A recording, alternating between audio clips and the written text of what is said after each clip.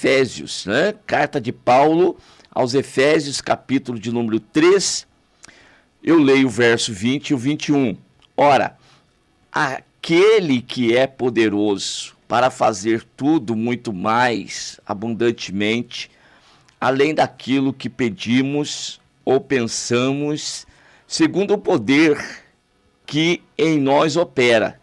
A esse glória na igreja, por Jesus Cristo, em todas as gerações, para todos sempre. Amém. Aqui está uma oração do apóstolo Paulo pela igreja que estava ali na cidade de Éfeso.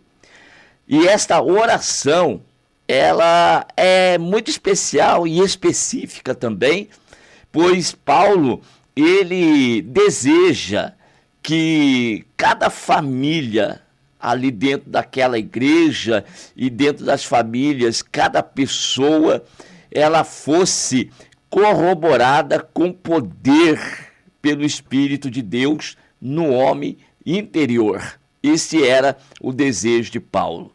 Pois se o Espírito Santo estivesse ali fortalecendo o homem interior, tá bom? De cada cristão, então Cristo passaria a habitar pela fé no coração de cada um. E dessa forma estariam então arraigados, fundados em amor e passariam a compreender melhor com todos os santos qual era a largura, ou qual é, né, a largura, o comprimento, também a altura e a profundidade, e assim passar a conhecer ainda mais o amor de Cristo, que excede todo entendimento. E vocês vão perceber que nesta oração de Paulo, existe aqui, irmãos, uma causa e consequência, e vai isso acontecendo cada vez mais, e vai melhorando, e vai se intensificando, e vai sendo aperfeiçoado, de modo que Cristo então passaria a habitar na vida do homem plenamente, e assim o homem estaria cheio da plenitude de Deus. Olha como que é o nosso alvo, a cada dia, a cada momento, e procurando nos encher de Cristo, do Espírito Santo e, consequência, plenitude de Deus em nossas vidas. E assim, o que mais vai acontecer? Paulo aí termina a oração dizendo: ora, aquele que é poderoso para fazer tudo muito mais abundantemente, além daquilo que pedimos ou pensamos.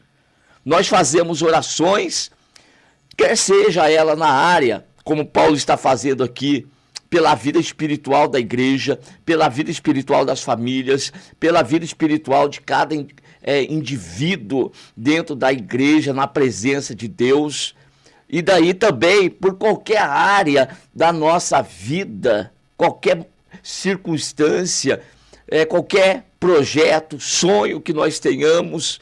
Nós devemos, irmãos, buscar a presença de Deus, colocar diante do Senhor, mas ter uma certeza conosco, que Deus, Ele é poderoso para fazer tudo, olha só, tudo, além, muito mais abundantemente, além daquilo que nós pedimos ou pensamos. Muitas das vezes, quando nós almejamos algo, desejamos algo, até precisamos, é uma necessidade, e nós nos aproximamos diante do Senhor para orar, de repente as palavras, elas não traduzam com aí plenitude, né? Não plenamente aquilo que nós realmente desejamos. Mas quando nos falta a palavra, o texto bíblico diz que o Espírito Santo, ele leva até diante de Deus aos nossos pedidos com gemidos inexprimíveis. O Espírito Santo está agindo em nossa vida. É por essa razão que nós temos que ter o poder de Deus em nós. Estamos corroborados pelo Espírito Santo de Deus no homem interior. para que quando nós buscarmos a face do Senhor, ainda que nos falte palavras, vou dar um exemplo, como Ana, exemplo conhecidíssimo de vocês, que no meio daquela aflição, no meio daquele sofrimento, não havia palavras que pudesse naquele momento dar conta da sua expressão diante de Deus. Então chorava copiosamente, muito, chorava de uma tal forma que não havia palavra, ela só balbuciava, tá? Tanto que o sacerdote a tinha tido como embriagada, mas na realidade era o choro da alma, era a expressão da alma diante de Deus. Mas como Paulo aqui está escrevendo, ele é poderoso para fazer tudo muito mais abundantemente além daquilo que pedimos ou pensamos.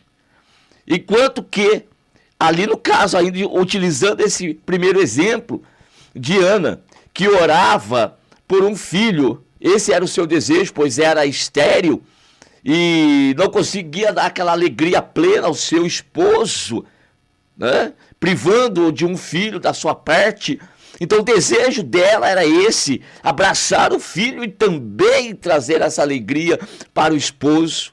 Mas aonde que está no texto que eu estou me referindo, aquilo que está além do que Ana estava pedindo e além do que Ana estava imaginando? Era o projeto de Deus, era o plano de Deus em levantar um profeta naquela época. E o profeta que Deus levantaria, onde que estava? Aleluia! No projeto e no sonho de Ana. Então o sonho de Ana, a necessidade de Ana, tinha vindo de onde, irmãos? É de Deus. Era Deus quem havia cerrado seu ventre, para que no momento oportuno, então, pudesse abrir e ela então gerar um filho segundo o projeto e a vontade de Deus. Muitas das vezes nós não entendemos no presente momento aquilo que Deus está fazendo. Eu não entendo muito bem aquilo que está acontecendo na minha vida. Às vezes alguns transtornos, algumas dificuldades, perseguições, ou até mesmo no meio da bonança. Está acontecendo tudo certo. O cristão, quando tudo vai bem, ele fica até meio desconfiado, não é verdade? Ele fica meio que olhando do lado, preocupado, está dando tudo certo, as portas estão se abrindo e ele fica se preparando para alguma surpresa. Ora, irmãos, quando nós não entendermos muito bem o que está ocorrendo, tanto de um lado quanto do outro, que eu já coloquei aqui, saiba de uma coisa: agradeça a Deus, ore sempre a Ele, porque Ele vai fazer as coisas acontecerem de uma forma muito mais abundantemente além daquilo que nós pedimos ou pensamos. Então isso ocorreu na vida de Ana. E aí eu quero dar um segundo exemplo, que é no caso de Lázaro, em que quando estava doente, a sua irmã manda um mensageiro até onde Jesus estava para dizer que o seu amigo estava doente e não estava bem não, estava ruim.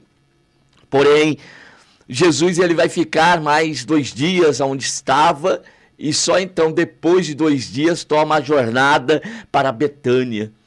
De modo que quando chega em Betânia, Lázaro já havia morrido e já estava sepultado, isso já fazia 4 dias. Ele já estava cheirando mal. Mas Jesus chega ali atrasado?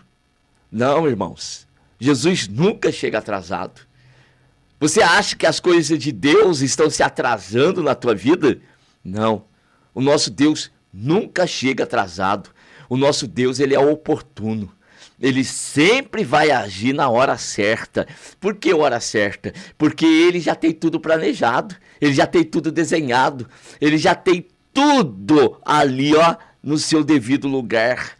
O que falta? É só vir aqui ontem na Escola Bíblica Dominical. Você que está me ouvindo agora e esteve comigo na Escola Bíblica Dominical, eu fiz um desenho no quadro dessa forma, exemplificando para os irmãos uma linha superior escrito Kairos, que é o tempo de Deus, o projeto de Deus, e eu ali coloquei numa linha imaginária de tempo todo o projeto de Deus na vida de um homem ou de uma mulher. Tá? Em todo o seu período de vida e em cada momento que Deus tem algo extraordinário para fazer. e eu coloquei numa linha embaixo o Cronos, que é o mundo físico, que é o nosso tempo, e eu coloquei ali então as linhas, a linha correspondente também, e os anos que iam se passando de acordo com o projeto de Deus. Do projeto de Deus já está tudo terminado, já está acabado. E no tempo do homem, nós paramos no presente, né? Nós não conhecemos o futuro. Muito bem, você não conhece o teu futuro, mas Deus conhece. Deus, ele sabe tudo a teu respeito. Não há nada, absolutamente nada, que nós possamos ocultar do nosso Deus, tanto do nosso passado, quanto agora do presente. Deus, ele sabe todas as coisas, mas Deus, ele vai muito além. Ele conhece o amanhã, ele conhece um mês para frente, ele conhece 10 anos para frente, se é que nós temos 10 anos para frente. Se tivermos, Deus, ele já sabe, ele tem no controle, ele desenhou o teu caminho, ele desenhou o projeto da tua vida. Você, eu, nós somos feitura dele, nós fomos criados por ele para as boas obras. Então nós devemos sempre confiar nele. E como eu comecei o programa nessa manhã, olhando sempre para os montes, e a pergunta, de onde vem o socorro? O socorro vem do Senhor que fez os céus e a terra. Então Paulo, ele aqui deixou para nós, ora, aquele que é poderoso para fazer tudo, muito mais abundantemente. Ou seja, é sempre mais. Deus sempre tem mais. Você está preocupado em alcançar algo, e esse algo para você é grande, ótimo. E você vê dificuldades e adversidades e obstáculos em alcançar esse algo que é grande, mas eu quero falar para você que o que Deus tem ainda é maior. E se nós pensássemos, então, naquilo que ainda é maior que Deus vai ter para nós, se isso que nós estamos imaginando já é impossível, imagine se nós pudéssemos alcançar numa visão aquilo que Deus tem para fazer.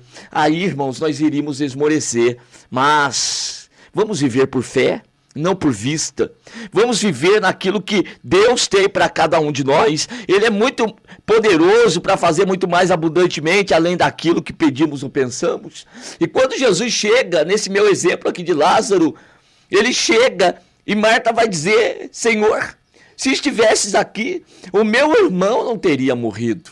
É verdade, mas Jesus disse: não se preocupe, eu sou a ressurreição e a vida. E o teu irmão há de ressuscitar. E ela já se reporta, então, à ressurreição do último dia, dizendo para Jesus: sim, eu creio que ele vai ressuscitar no último dia. E ele diz: não, olha só, eu já te hei dito que se creres verás a glória de Deus. Ou seja, você vai ver algo extraordinário na tua vida agora. E então, pergunta onde que o haviam deixado ou colocado. E ela vai dizer: já cheira mal, de 4 dias. Calma, já não te disse que se creres verás a glória de Deus? E quando vai até lá e manda tirar a pedra, e disse: Lázaro, vem para fora. O que de extraordinário que Jesus fez? Hein? O que diante dos homens de extraordinário que Jesus fez para que alguém ali pudesse falar, ele fez algo maravilhoso e aconteceu um milagre? Não, Jesus vai se utilizar do quê? Do seu poder, do poder da sua palavra, dizendo: Lázaro, vem para fora. Mas morto há 4 dias, tem condição de ouvir? Um morto ouviria a voz de alguém? Atenderia ao comando de alguém? E aquele que já estava morto, já em estado de decomposição, já nem orelha tinha mais, eu disse isso em outra mensagem, já nem ouvido tinha mais, não tinha orelha, não tinha ouvido, não tinha condição nenhuma mais. Mas esta palavra de Cristo é poderosa. É poderosa. A palavra de Cristo, ela não precisa de orelhas humanas e de ouvido humano. Ela é o agente poderoso para realizar o milagre. E quando Jesus disse Lázaro sai para fora, todo o processo começa a acontecer ao contrário e tudo vai se ajuntando novamente, o corpo volta ao normal e o espírito volta para o corpo e Lázaro se apresenta do lado de fora diante daquela multidão.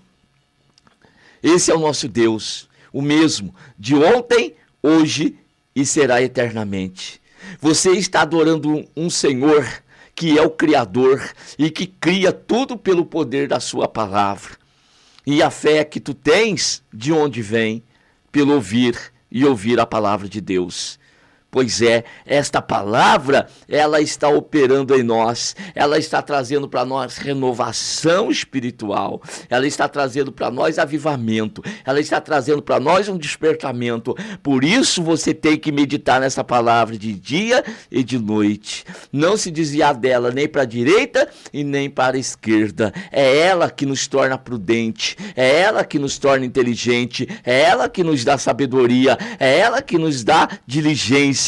É ela que faz com que tudo aquilo que nós coloquemos às nossas mãos seja proveitoso, seja abençoado. É a palavra de Deus. Então se encha dele. Se encha dele.